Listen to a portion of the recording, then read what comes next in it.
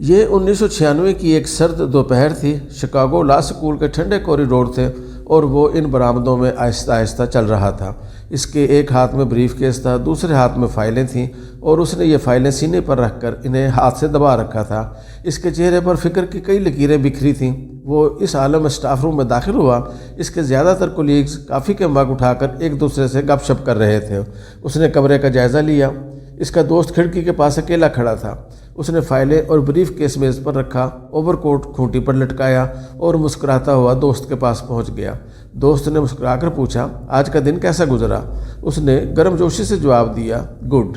اس کا دوست ماہر نفسیات تھا اور وہ شکاگو لا سکول میں مجرموں کو نفسیات پڑھاتا تھا۔ وہ فوراً اس کی کشمکش تک پہنچ گیا۔ تم کیا سوچ رہے ہو؟ اس کے دوست نے اس سے براہ راست پوچھ لیا۔ وہ مسکرایا اور بڑے یقین سے بولا، میں نے امریکہ کا صدر بننے کا فیصلہ کر لیا ہے۔ اس کے دوست کے پیٹ سے ایک کہکہا ابلا، لیکن اس نے کہکہے کو حلق میں روک لیا۔ وہ اپنے دوست کی نفسیات سے واقف تھا۔ وہ جانتا تھا کہ یہ کہکہا ان کی دوستی میں درار ڈال دے گا۔ چنانچہ دوست نے فوراً کھڑکی سے باہر دیکھا اور مسکرا کر کہا، آج سردی کچھ زیادہ نہیں؟ اس نے دوست کے سوال کا کوئی جواب نہ دیا۔ دوست کی نظریں کھڑکی سے پھسلتی ہوئی واپس اس کے چہرے پر آئیں۔ دوست نے غور سے اس کی طرف دیکھا اور مسکراتے ہوئے پوچھا، آر یو سیریس؟ اس نے اس بات میں سارے لایا اور بولا، پاگل پن کی حد تک سیریس۔ اس کے دوست نے اس کا ہاتھ پکڑا۔ دونوں کھڑکی سے چند قدم پیچھے ہٹے اور کرسیوں پر آ کر بیٹھ گئے۔ نفسیات دان دوست نے چند لمحے سوچا اور پھر ٹھہرے ٹھہرے لہجے میں بولا، میں تمہارے آئیڈیا کے ساتھ اتفاق نہیں کرتا۔ اس نے پوچھا، کیوں؟ وہ بولا، اس کی 3 وجوہات ہیں۔ نمبر 1، تمہاری رنگت، تم سیاہ فام ہو اور امریکہ کی تاریخ میں صدر تو رہا دور، آج تک کوئی سیاہ فام کسی کلیدی عہدے تک نہیں پہنچ سکا۔ نمبر 2، تمہارا والد مسلمان تھا، تمہارا ستیلا والد بھی مسلمان تھا اور امریکہ ابھی اتنا لبرل نہیں ہوا کہ وہ تمہارا یہ جرم معاف کر دیں۔ اور نمبر 3، تمہارے خاندان میں آج تک کوئی سیاستدان نہیں گزرا۔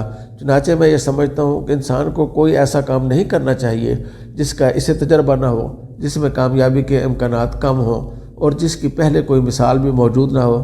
اس کا دوست خاموش ہو گیا۔ اس نے غور سے دوست کی بات سنی اور اس کے بعد بولا، میرے پاس بھی اپنے اس فیصلے کی 3 وجوہات ہیں۔ نمبر 1، امریکہ تبدیل ہو رہا ہے۔ امریکہ کے 80% لوگ مڈل کلاس ہیں، ان میں سے اکثریت گوروں کی ہے اور مجھے ان گوروں کی آنکھوں میں اپنے لیے ہمدردی محسوس ہوتی ہے۔ اس ہمدردی کی وجہ 500 سال کا وہ جبر ہے جو گوروں نے میرے رنگ اور میری نسل سے روا رکھا۔ امریکہ کا مڈل کلاس گورا آج اس زیادتی پر شرمندہ ہے۔ میں اس شرمندگی کا فائدہ اٹھا سکتا ہوں۔ وہ رکا۔ اس نے سوچا اور دوبارہ بولا، میں نے تاریخ کا بڑے غور سے مطالعہ کیا۔ مجھے تاریخ نے بتایا دنیا میں کسی قوم کا صبر کبھی ضائع نہیں جاتا۔ اس ملک کے سیاہ فاموں نے 500 سال تک صبر کیا۔ مجھے محسوس ہوتا ہے کہ اب اس صبر کے نتیجے کا وقت آ چکا ہے اور میں اس وقت کا فائدہ اٹھا سکتا ہوں۔ نمبر 2، میرا کالا رنگ اور میرے والد کا مسلمان ہونا میری سب سے بڑی طاقت ہے۔ میں اپنی کمزوریوں سے واقف ہوں، چنانچہ میں اپنی کمزوری کو بڑی آسانی سے اپنی قوت بنا سکتا ہوں۔ اور نمبر 3، میں یہ سمجھتا ہوں انسان قدرت کی واحد مخلوق ہے جس کے لیے دنیا میں کوئی چیز ناممکن نہیں۔ جس انسان نے سمندر میں اترنے اور ہواؤں اور فضاؤں میں تیرنے کا فن سیکھ لیا، جس نے خلیے کے اندر کی دنیا جان لی، اس انسان کے لیے امریکہ کا صدر بننا زیادہ مشکل نہیں۔ وہ خاموش ہو گیا۔ دوست نے چند لمحے سوچا اور اس کے بعد پوچھا، تم مجھے اپنی کوئی 5 خوبیاں بتاؤ۔ وہ چند لمحے خاموش رہا اور اس کے بعد بولا، میری پہلی خوبی، میں ہارنے کے بعد حوصلہ نہیں ہارتا۔ دوسری خوبی، میں جب کوئی کام شروع کرتا ہوں تو پھر اس میں وقفہ نہیں آنے دیتا۔ میری تیسری خوبی، میں عام لوگوں کی نفسیات سمجھتا ہوں۔ میں ان کے جذبات، احساسات اور ضروریات کو سمجھتا ہوں۔ میری چوتھی خوبی اخلاص ہے۔ میں نے آج تک کسی کو دھوکہ نہیں دیا۔ میں نے کبھی وعدہ نہیں توڑا۔ میں نے کبھی سلے کو سامنے رکھ کر نیکی نہیں کی۔ اور میری 5ویں خوبی امید ہے۔ میں برے سے برے حالات میں بھی امید کو ہاتھ سے نہیں جانے دیتا۔ میرے دوست میرے بارے میں کہتے ہیں، اسے اگر تنور میں بھی پھینک دیا جائے تو یہ اپنے پسینے سے آگ بجھانے کی کوشش شروع کر دے گا۔ وہ خاموش ہو گیا۔ اس کے دوست نے چند لمحے سوچا اور اس کے بعد بولا، میں تمہیں ایک 6ٹھی خوبی کا تحفہ دینا چاہتا ہوں۔ وہ خاموشی سے اس کی طرف دیکھنے لگا۔ دوست بولا، میں نے دنیا کے تمام بڑے لیڈروں میں ایک مشترکہ خوبی دیکھی۔ یہ تمام لوگ مسکراہٹ اور سنجیدگی کے استعمال کے ماہر تھے۔ یہ 1 منٹ میں مسکرا بھی سکتے تھے اور اس منٹ میں ان کے چہرے پر موت جیسی سنجیدگی بھی آ جاتی تھی۔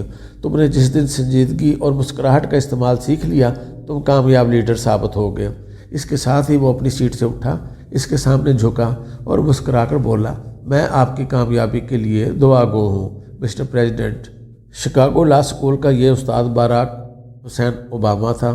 اس نے 1996 میں ایک ناممکن کام کا بیڑا اٹھایا۔ وہ تمام ملاقاتیوں سے پوچھتا تھا، تم امریکہ کو کیسا دیکھنا چاہتے ہو؟ 90% لوگ جواب دیتے تھے، ہم امریکہ کو تبدیل ہوتا دیکھنا چاہتے ہیں۔ اس کا اگلا سوال ہوتا تھا، تمہاری نظر میں امریکہ کے صدر کو کیسا ہونا چاہیے؟ اس کے جواب میں بھی 90% لوگ کہتے تھے، ایسا شخص جو امریکہ کو ہر سطح پر تبدیل کر دے۔ اس نے ان دونوں سوالوں کے جوابوں کو اپنی شخصیت کا حصہ بنا لیا۔ وہ تبدیلی کا لیڈر بن گیا۔ اس نے 1996 میں ایلینائس اسٹیٹ سے سینیٹر کا الیکشن لڑا اور جیت گیا۔ سینٹ میں اس نے ایسے قوانین پاس کرائے جن کا اثر براہ راست عام شہری پر ہوا، جس سے اس کی شہرت میں اضافہ ہوا۔ اس کی یادداشت بڑی شاندار تھی۔ اس نے امریکہ کے تمام چھوٹے بڑے صحافیوں کے نام رٹ لیے۔ وہ امریکہ کا واحد سیاستدان تھا جو پریس کانفرنس میں صحافیوں کو ان کے نام سے پکارتا تھا اور وہ ان کے خاندان تک سے واقف تھا۔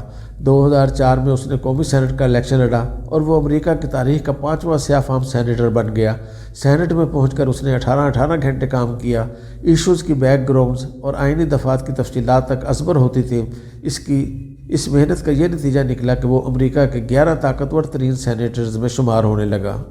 2007 میں اس نے خود کو صدارتی امیدوار ڈکلیئر کر دیا۔ امریکہ کے تمام صدارتی امیدوار انتخابی مہم کے لیے امیروں سے چندہ لیتے تھے، لیکن اس نے چندہ جمع کرنے کی مہم غریبوں سے شروع کی۔ اس نے عوام سے $5 سے $200 تک امداد کی درخواست کی۔ نتیجہ حیرت انگیز نکلا۔ اس نے 6 ماہ میں $58 ملین جمع کر لیے۔ یہ امریکی تاریخ میں ریکارڈ تھا۔ جنوری 2008 میں اس نے 1 ماہ میں $36,80,000 جمع کیے۔ یہ بھی ریکارڈ تھا، اور اس نے ڈیموکریٹک پارٹی کی مقبول ترین امیدوار ہیلری کلنٹن کو بھی صدارتی دوڑ سے باہر نکال دیا۔ یہ بھی ایک ریکارڈ تھا۔ باراک حسین اوباما 4 نومبر 2008 کو امریکہ کا نیا صدر منتخب ہو گیا۔ اس نے 5 نومبر کی شام شکاگو میں قوم سے پہلا خطاب کیا۔ اس خطاب میں اس نے آسمان کی طرف دیکھ کر نعرہ لگایا، دنیا میں کوئی چیز ناممکن نہیں، اور اس کے ساتھ ہی شکاگو کی پوری فضا گونج اٹھی، دنیا میں کوئی چیز ناممکن نہیں۔ اوباما نے سچ کہا، واقعی دنیا میں کوئی چیز ناممکن نہیں، بس حوصلہ، امید، محنت، اخلاص اور ویژن چاہیے، اور ایک سیاہ فام انسان صرف 12 سال میں دنیا کی واحد سپر پاور کا صدر بن جاتا ہے۔ باراک حسین اوباما دنیا کے ان تمام نوجوانوں کے لیے مشعل راہ ہے جو مشکل کو ناممکن سمجھتے ہیں، جنہیں اپنی ذات اور اللہ تعالیٰ کی قدرت پر یقین نہیں، جو خود کو حقیر اور کمزور سمجھتے ہیں۔